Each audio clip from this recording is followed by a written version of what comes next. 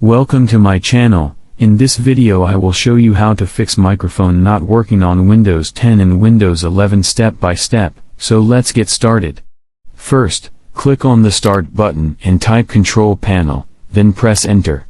Once Control Panel opens, click on Hardware and Sound and then select Sound.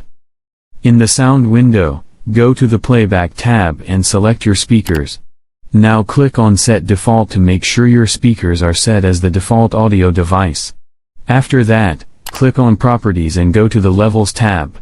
Here, increase the volume level to maximum and make sure it is not muted.